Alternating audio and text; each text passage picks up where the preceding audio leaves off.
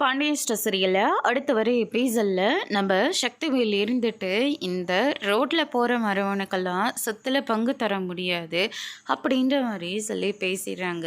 இவன் என்னோட தம்பியே கிடையாது, இவன் இந்த வீட்டை ஆளும் கிடையாது அப்படின்ற மாதிரி பேசினதுனால பழனி ரொம்பவே வருத்தப்பட்டு நேராக கோமதியோட வீட்டுக்கு கிளம்பி போயிடுறாங்க.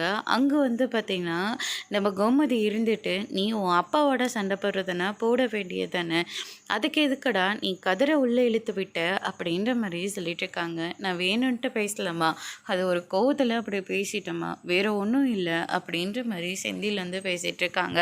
அதுக்கு அடுத்ததாக பழனி அழுந்துக்கிட்டே வர்றாரு. என்னாச்சுடா அப்படின்னு சொல்லிட்டு கேட்கவும் நடந்த எல்லா விஷயத்தையும் சொல்லிட்டு இருக்காங்க. அதுக்கு அடுத்ததான் எனக்கு இந்த சொத்துலலாம் கூட இன்ட்ரெஸ்ட் இல்லை, ஆனால் என்னை யாரும் மாதிரி பேசுகிறது தான் ரொம்ப கஷ்டமாக இருக்குக்கா அப்படின்ற மாதிரி சொல்லிடுறாங்க.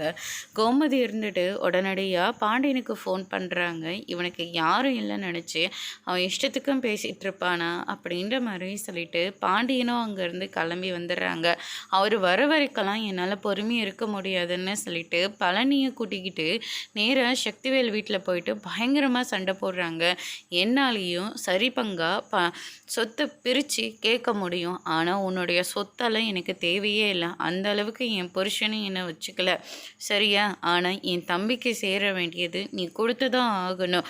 நீ என் அப்பாவும் சம்பாதிச்சு வச்சுருந்தாருல்ல, அதிலிருந்து கொடு, நீ சம்பாதிச்சலாம் ஒன்றும் தேவையில்லை, நீ ஒன்றும் தனியாக கஷ்டப்பட்டு சம்பாதிக்கல, அண்ணனும் கூட இருந்துச்சு, அதனால் அண்ணனும் சரி பங்கா கொடுக்குறேன்னு சொல்லிடுச்சு, உனக்கு என்னடா அப்படின்ற மாதிரி சொல்லி பயங்கரமாக சண்டை போடுறாங்க.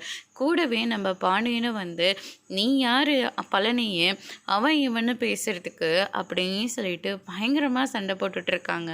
அதோட பிரமோ முடிச்சிருக்காங்க.